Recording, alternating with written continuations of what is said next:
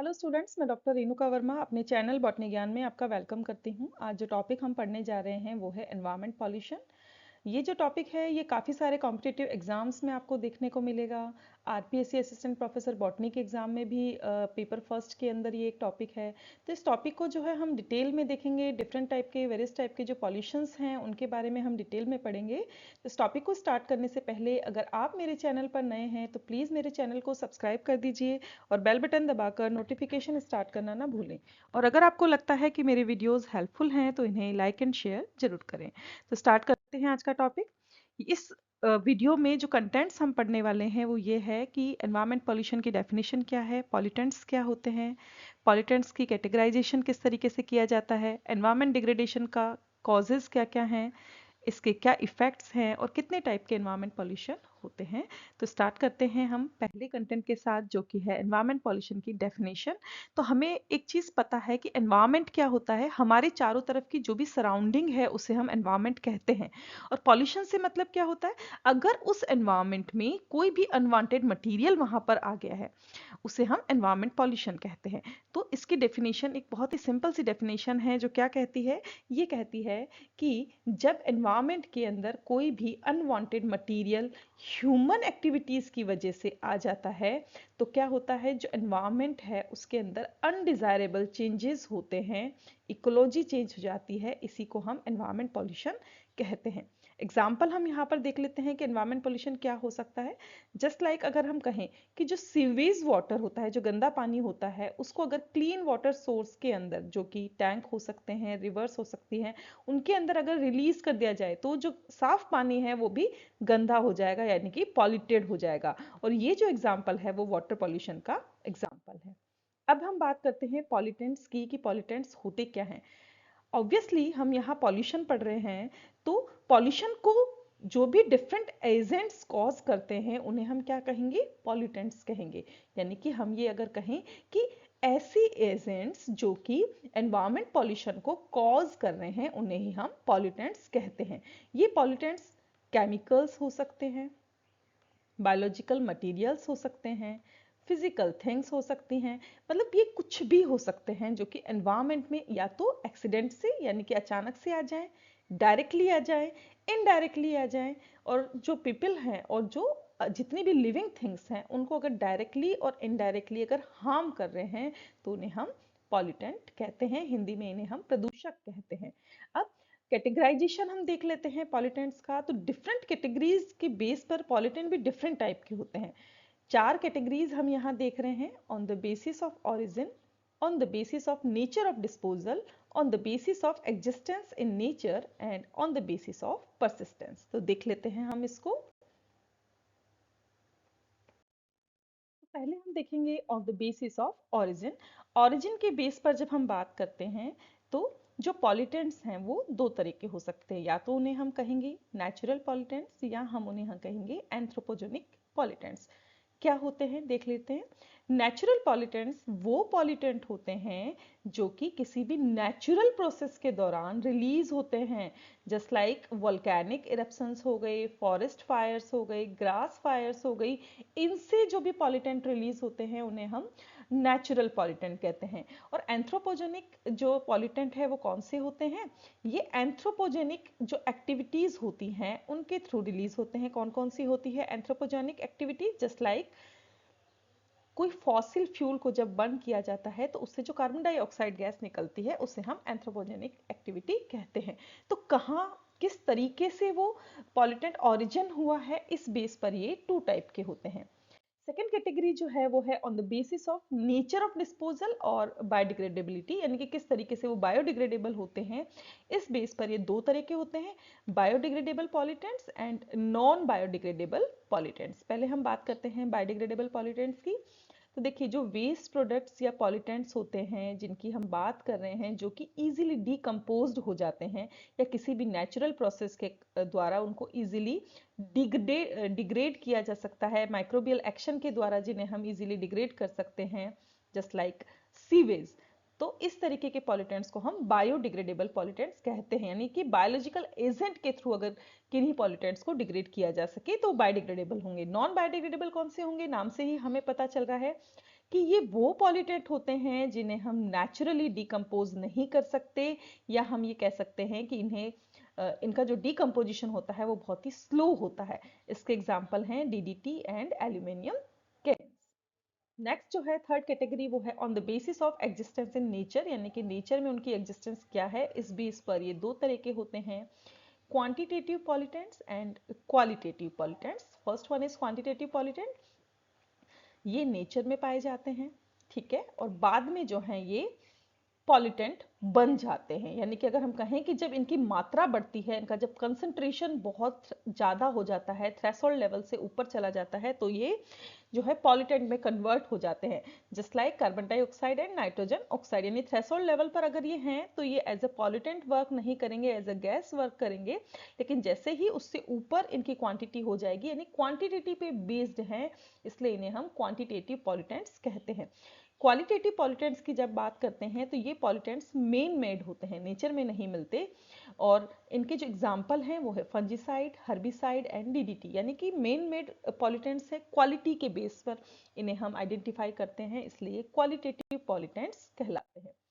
Last जो category है वो है on the basis of persistence, कब तक वो रहते हैं एनवायरमेंट में, उसके बेस पर ये दो तरह के होते हैं, primary and secondary. First one is primary pollutants. तो प्राइमरी पॉल्यूटेंट्स जो हैं ये एनवायरमेंट में प्रेजेंट रहते हैं, ठीक है, जिस फॉर्म में इनको ऐड किया जाता है उसी फॉर्म में, just like DDT and plastic. इसका एग्जांपल हम ऐसे देख सकते हैं कि प्लास्टिक की अगर कोई थैली को हम छोड़ दें ऐसे कैसे, तो वो बहुत जल्दी डिग्रेड नहीं होती है, बहुत जल्दी क्या सालों तक वो वैसे के वैसी पड़ी रहती है। तो इस टाइप के जो पॉल्यूटेंट्स होते हैं उनको हम प्राइमरी पॉल्यूटेंट्स कहते हैं, यानी कि वो जैसे होते हैं उसी फॉर्म में प्रेजेंट रहते हैं। लेकिन जब हम बात करते हैं सेकेंडरी पॉल्यूटेंट्स की, तो ये वो पॉल्यूटेंट्स होते हैं जो प्राइमरी पॉल्यूटेंट्स के साथ इंटरेक्शन करके बनते हैं, यानी कि प्राइमरी पॉल्यूटेंट ऑलरेडी वहां प्रेजेंट है, उनके साथ कुछ और केमिकल्स आए, उन्होंने इंटरेक्शन की, तो उससे जो पॉल्यूटेंट फॉर्म होंगे उन्हें हम सेकेंडरी पॉल्यूटेंट कहेंगे। एग्जाम्पल है पैरोक्सिल एसिटाइल नाइट्रेट, जिसे शॉर्ट में हम पैन कहते हैं, और इसका जो फॉर्मेशन होता है वो नाइट्रोजन ऑक्साइड्स और हाइड्रोकार्बन के मिलने से होता है। तो यहाँ पर हमने बात की पॉल्यूटेंट्स की डिफरेंट कैटेगरीज की। अब हम बात करेंगे जो एनवायरमेंट पॉल्यूशन होता है या जो एनवायरमेंट का डिग्रेडेशन होता है, उसके क्या क्या कॉजेज हैं या किन कारणों से ये होता है। तो इनकी डिफरेंट जो कॉजेज हैं उनमें है climate change, population, ozone depletion, poverty, degraded air quality, degraded water quality, rapid urbanisation, hazardous waste and deforestation. तो अब इनको हम देख लेते हैं। First one is climate change.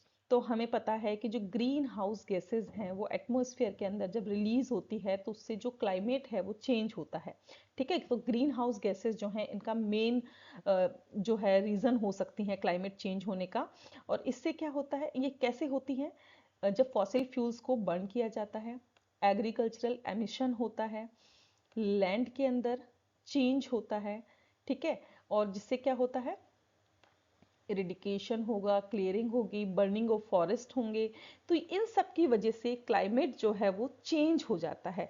तो उससे क्या होता है, जो टेम्परेचर है वो चेंज होता है, ग्लोबल मीन सरफेस है उसका टेम्परेचर चेंज होता है, सी लेवल राइज होता है, ओशन सर्कुलेशन के अंदर चेंजेस आते हैं, प्रेसिपिटेशन पैटर्न यानी कि जो बारिश का पैटर्न है वो धीरे धीरे चेंज होने लगता है, क्लाइमेटिक जोन्स में परिवर्तन आते हैं, स्पीसीज डिस्ट्रीब्यूशन बदलता है, और इकोसिस्टम फंक्शनिंग भी जो है वो प्रॉपर नहीं रह पाती है। तो ये सारे जो कॉज हैं इनकी वजह से एनवायरनमेंट डिग्रेड होता है। Next one is population. Population की जब हम बात करते हैं तो हमें ये पता है कि हमारी कंट्री के अंदर पॉपुलेशन ग्रोथ जो है बहुत ही रैपिड है, ठीक है। तो इस वजह से क्या होता है, एनवायरनमेंट बहुत ही इजीली डिग्रेड हो रहा है, क्योंकि यहाँ पर शहरीकरण जो है, अर्बनाइजेशन जो है, इंडस्ट्रियलाइजेशन जो है, ये इनकी अनकंट्रोल्ड ग्रोथ हो रही है, उनका एक्सपेंशन हो रहा है। इसके अलावा अगर हम कहें तो जो एग्रीकल्चर है उसका इंटेंसिफिकेशन हो रहा है, जो नेचुरल हैबिटाट्स हैं उनको डिस्ट्रक्ट किया जा रहा है, उनको जो है डैमेज किया जा रहा है। तो इस वजह से जो रैपिड पॉपुलेशन ग्रोथ है, इस वजह से एनवायरनमेंट जो है डिग्रेड हो रहा है। अगर हम बात करते हैं इंडिया की, तो जो हम लेटेस्ट डाटा की अगर बात करें, United Nations world population dashboard पर जो लेटेस्ट डाटा है वो ये डेटा कहता है कि भारत जो है उसने चाइना को बीट करते हुए वर्ल्ड्स मोस्ट पॉपुलस कंट्री का अवार्ड जीत लिया है, जो कि हमारे लिए अच्छी चीज़ नहीं है। मतलब कि भारत जो है अब पॉपुलेशन या जनसंख्या वृद्धि में फर्स्ट नंबर पर आ गया है। और अगर हम वर्ल्ड लैंड की बात करते हैं तो भारत के पास पूरे विश्व की तुलना में सिर्फ 2.4% लैंड है, लेकिन उस 2.4% लैंड पर वर्ल्ड की लगभग 17% पॉपुलेशन जो है वो रह रही है। तो आप खुद सोचिए कि इतनी कम लैंड पर अगर इतनी पॉपुलेशन रहेगी तो क्या होगा। एनवायरमेंट डिग्रेड होता है। तो यहाँ पे पॉपुलेशन प्रेशर बन रहा है एनवायरमेंट पर, जिससे कि एनवायरमेंट में डिफरेंट प्रेशर्स रिलीज हो रहे हैं, जैसे कि बायोडाइवर्सिटी लॉस हो रहा है, एयर और वाटर पॉल्यूशन बढ़ रहा है, एरेबल लैंड की डिमांड बढ़ रही है। ठीक है। इसके अलावा अगर हम कहें तो जो नेचुरल रिसोर्स हैं उनका यूजेस हम बहुत ज़्यादा करने लग गए हैं, वेस्ट का जनरेशन बहुत ज़्यादा करने लगे। तो जितनी ज़्यादा पॉपुलेशन होगी उतनी ही ज़्यादा उनकी एक्टिविटीज़ जो हैं वो एनवायरनमेंट को डिग्रेड करेगी या उसके अंदर अपना जो है एक रोल प्ले करेगी, जिससे कि हमें अब रोकना होगा। Next one is ozone depletion. Ozone depletion की वजह से भी बहुत प्रॉब्लम्स हमें देखने को मिल रही है। देखिए जो स्ट्रेटोस्फेरिक ओजोन है वो अब धीरे धीरे डिप्लीट हो रही है, बहुत टाइम से वो डिप्लीट हो रही है क्योंकि पॉल्यूशन बहुत ज़्यादा बढ़ रहा है। और इसके डिप्लीशन का जो मेन कारण है वो है क्लोरोफ्लोरोकार्बन, जो कि एटमॉस्फेयर में प्रेजेंट है। जो हमारे फ्रिज हैं वहाँ से क्लोरोफ्लोरोकार्बन रिलीज होती है, जो हमारे ऑटोमोबाइल्स हैं वहाँ से ये रिलीज होती है। तो ये एक बहुत ही सीरियस इशू बन चुका है। क्यों? क्योंकि जो ओजोन लेयर है वो हमारी प्रोटेक्टिव लेयर है, जो कि अगर नहीं रहेगी तो क्या होगा। हमें पता है कि ओजोन लेयर क्या करती है, जो सूरज से आने वाली यूवी लाइट्स हैं, यूवी रेडिएशंस हैं जो कि हार्मफुल होती है, उन्हें हम तक नहीं आने देती। अगर वो एब्सेंट हो गई या वो लेयर अगर खत्म हो गई तो यूवी रेडिएशंस जो हैं वो अर्थ की सरफेस को पेनिट्रेट करेगी और हम तक सीधा जब पहुंचेगी तो क्या होगा, हेल्थ प्रॉब्लम्स बढ़ेंगी और साथ ही साथ जो इकोलॉजिकल इफेक्ट्स हैं वो भी देखने को मिलेंगे। नेक्स्ट इज पॉवर्टी, जिसे हम कहते हैं गरीबी। गरीबी जो है उससे भी एनवायरमेंट डिग्रेड हो रहा है। कैसे? देखिए, हमने क्या कहा, हमने कहा पॉपुलेशन बहुत ज़्यादा बढ़ गई है, यानी कि ह्यूमन नंबर्स में इंक्रीमेंट हुआ है। तो ह्यूमन नंबर्स में जब इंक्रीमेंट होता है तो गरीबी बढ़ती है। क्यों? क्योंकि वहाँ पर जो है बहुत सारे नेचुरल रिसोर्सेज हमें चाहिए होते हैं। नेचुरल रिसोर्सेज की वजह से जो फ्यूचर एज है, यानी कि धीरे धीरे जो है उनके अंदर कमी आ रही है। मतलब सीधा सीधा अगर ये हम कहें कि जो हमारे नेचुरल रिसोर्सेज हैं वो सिर्फ इस वजह से कम हो रहे हैं कि पॉपुलेशन जो है वो बहुत ही तेजी से बढ़ रही है। Next is degraded air quality, यानी कि जैसे जैसे एयर क्वालिटी में डिग्रेडेशन आ रहा है वैसे वैसे एनवायरमेंट जो है वो डिग्रेड हो रहा है। वर्ल्ड वाइड अगर हम बात करें तो हम कह सकते हैं कि जो इंडस्ट्रियल सिटीज हैं उनमें लगभग 1 बिलियन पीपल जो है वो रहते हैं। ठीक है। और जो इंडस्ट्रियल सिटीज़ हैं उनको माना जाता है कि वो एयर पॉल्यूशन से अफेक्ट होने वाली सबसे ज़्यादा अफेक्ट होने वाली चीज़ों में से आती हैं। ठीक है। तो यहाँ पर जो एयर क्वालिटी का डिटेरियोरेशन हो रहा है उस वजह से उनका जो रीज़न है वो बहुत सारे एयर पॉल्यूटेंट हैं।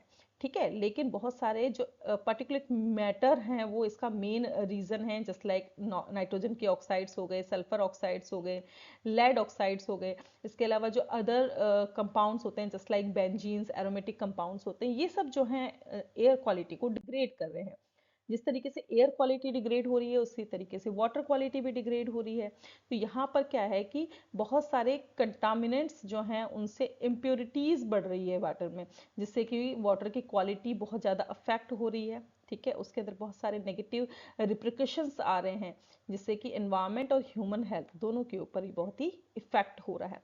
ठीक है। बहुत सारी जो ह्यूमन एक्टिविटी है जस्ट लाइक हम कहें माइनिंग, इंडस्ट्रियल प्रोसेसेस, ये क्या करती हैं, पानी के अंदर बहुत सारे हार्मफुल एफ्लुएंट्स को जो है रिलीज करती है, जिससे वाटर कंटामिनेट हो जाता है। ठीक है। इसके अलावा अगर हम कहें जो मरीन एनवायरनमेंट है उसके अंदर ऑयल स्पिल्स के द्वारा प्लास्टिक वेस्ट जो है उसमें बिल्डअप हो रहा है, बायोलॉजिकल एक्यूमुलेशन हो रहा है ऑर्गेनिक पॉल्यूटेंट्स की वजह से। तो इन सब वजह से क्या होता है कि वाटर जो है पॉल्यूटेड हो जाता है और उसकी क्वालिटी डिग्रेड हो जाती है। Next one is rapid urbanisation. जैसे जैसे हमें पता है कि पॉपुलेशन बढ़ रही है तो पॉपुलेशन जो है अपनी कमाई के लिए उनको भागना पड़ रहा है, वो शहरों की तरफ भाग रही है। क्यों? क्योंकि शहरों में हम जॉब प्रॉमिस कर रहे हैं, प्रॉस्पेरिटी की बात कर रहे हैं। इसके तो उससे क्या होता है कि लोगों को एक चमक दिखती है, उनको लगता है कि हमें सिटीज़ में जाना चाहिए, सिटीज़ में हम जाएंगे तो हमें अच्छी जॉब मिलेगी, अच्छी लाइफ हमें जीने में मिलेगी। तो अगर हम बात करें तो वर्ल्ड के जो लोग हैं वो अर्बन एरियाज़ में जाना प्रिफर कर रहे हैं। तो अगर हम 2050 की बात करें तो वर्ल्ड के 2/3 पीपल, 2/3 जो लोग हैं वो अर्बन एरियाज के अंदर रहने लग जाएंगे। इसके अलावा रैपिड अर्बनाइजेशन की वजह से फॉरेस्ट फायर हो रहा है, वाइल्ड फायर इसको कहते हैं, बुश और वेजिटेशन फायर भी इसको कहते हैं। इसमें एक्चुअल में क्या होता है कि जो नेचर में प्लांट्स हैं उनमें अचानक से आग लग जाए किसी भी वजह से, कोई रीजन हमें नहीं पता, और वो अनकंट्रोल्ड हो जाए, तो उसे हम forest fire, wild fire, Bush fire या वेजिटेशन फायर कहते हैं। ये जो है किसी फॉरेस्ट में, ग्रासलैंड में, ब्रशलैंड में, टुंड्रा में, कहीं पर भी हो सकती है। और इससे क्या होता है, इससे एनवायरमेंट कंडीशंस जो हैं वो धीरे धीरे चेंज होती है। इसके अलावा अगर हम वाइल्ड फायर की बात करें तो ये ह्यूमन एक्शंस की वजह से भी हो सकती है, क्योंकि ह्यूमन क्या कर रहे हैं, लैंड को क्लियर कर रहे हैं, जिससे कि एक्सट्रीम ड्रॉट बढ़ रहा है, तो इस वजह से भी लाइटनिंग या फिर जो है फॉरेस्ट फायर हो सकता है।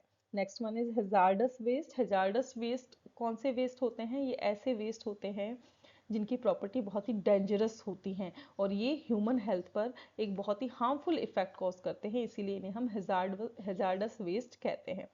ये इनके बहुत सारे सोर्स हो सकते हैं।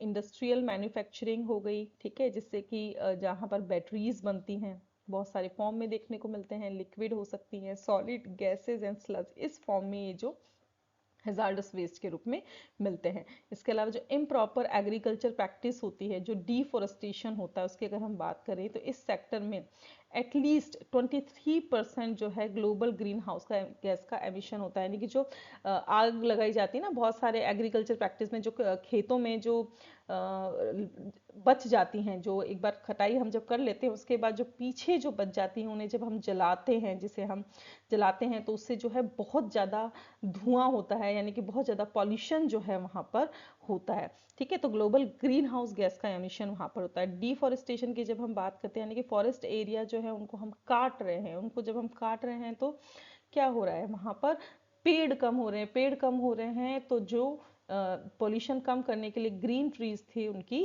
कमी आ रही है। डिफॉरेस्टेशन की हम बात पहले भी कर चुके हैं। हमने ये एस्टिमेट किया है कि जो वर्ल्ड के मैच्योर फॉरेस्ट हैं आधे से ज़्यादा वो ह्यूमंस के द्वारा क्लियर किए जा चुके हैं, यानी कि 100 में से 50% फॉरेस्ट ही हमारे पास अब बचे हैं।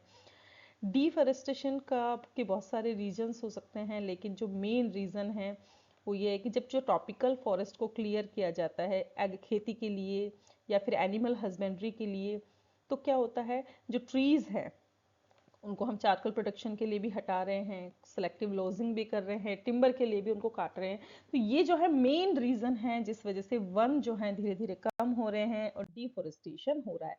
तो ये तो हो गए कारण जिस वजह से एनवायरमेंट पोल्यूशन हो रहा है। अब हम बात करते हैं इफेक्ट। तो जो मेन इफेक्ट है वो क्या क्या हो सकते हैं, पब्लिक हेल्थ पर देखने को मिलता है, वाटर रिलेटेड चेंजेस हो गए, पॉपुलेशन हो गई, इकोसिस्टम एंड एंडेंजर्ड स्पीसीज पर ये चेंजेस देखने को मिलते हैं। डिटेल में देख लेते हैं। पब्लिक हेल्थ की अगर हम बात करें तो हमें पता है जो पॉल्यूशन है वो हमेशा पब्लिक हेल्थ को में प्रॉब्लम क्रिएट करता है, उसको थ्रेटन करता है, क्योंकि उससे फ्रेश वाटर की कमी आती है, ठीक है, क्योंकि पॉपुलेशन ग्रोथ बढ़ रही है। WHO के अनुसार अगर हम बात करें तो जो अनहेल्थफुल सेटिंग्स हैं उनकी वजह से ही बहुत ज्यादा डेथ्स जो हैं वो बढ़ रही हैं, यानी कि पब्लिक हेल्थ के ऊपर इसका बहुत ही अच्छा असर नहीं हो रहा है, बहुत ही नेगेटिव इम्पैक्ट देखने को मिलता है। Next is water related changes. UNICEF की अगर एक रिपोर्ट के अनुसार हम देखें तो देखिए जो 2.1 बिलियन पीपल्स हैं उनको पीने का पानी प्रॉपर नहीं मिल पा रहा, जो 4.5 बिलियन पीपल्स हैं उनको सैनिटेशन फैसिलिटीज नहीं मिल पा रही। एडिशनली अगर हम बात करें तो डायरिया इन्फेक्शन क्लेम किया गया है कि लगभग हर साल 5 साल से जो छोटे बच्चे होते हैं उनके अंदर जब लगभग 3,40,000 बच्चों में हर साल डायरिया इन्फेक्शन इसी वजह से देखने को मिल रहा है कि पानी जो है वो पॉल्यूटेड है, वाटर स्कार्सिटी देखने को मिल रही है, जिससे कि अगर हम बात करें तो 10 में से 4 लोग इससे अफेक्ट हो रहे हैं, जो कि यूनिसडीआर का एक डेटा है जो कि ये कह रहा है कि नेचुरल डिजास्टर्स जो हैं 90% जो नेचुरल डिजास्टर हैं वो वाटर रिलेटेड होते हैं। Next one is population.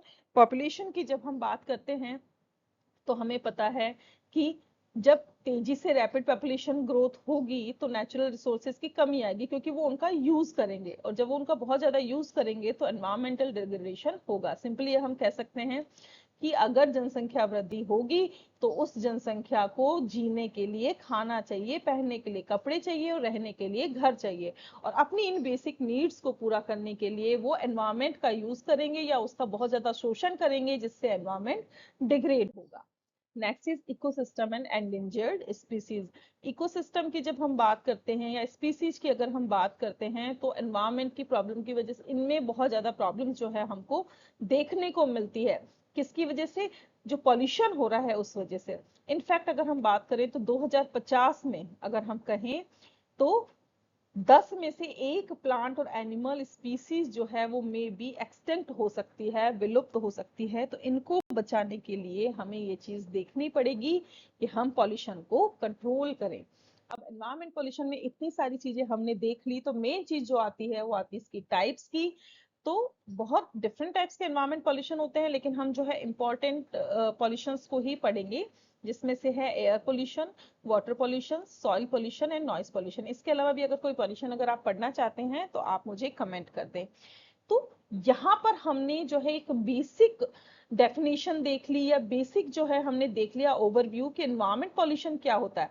अब नेक्स्ट जो हमारे वीडियोस आएंगे उनमें हम डिफरेंट टाइप्स के पॉल्यूशन को देखेंगे कि पॉल्यूशन क्या है, किस कारण हो रहे हैं, किस तरीके से जो ह्यूमन हेल्थ है उन पर उसका इफेक्ट हो रहा है, और किस तरीके से हम उनको रोक सकते हैं। ये था हमारा आज का lecture. Thanks for watching and stay tuned to Botany Gyan for more detailed and interesting botany videos. Thank you.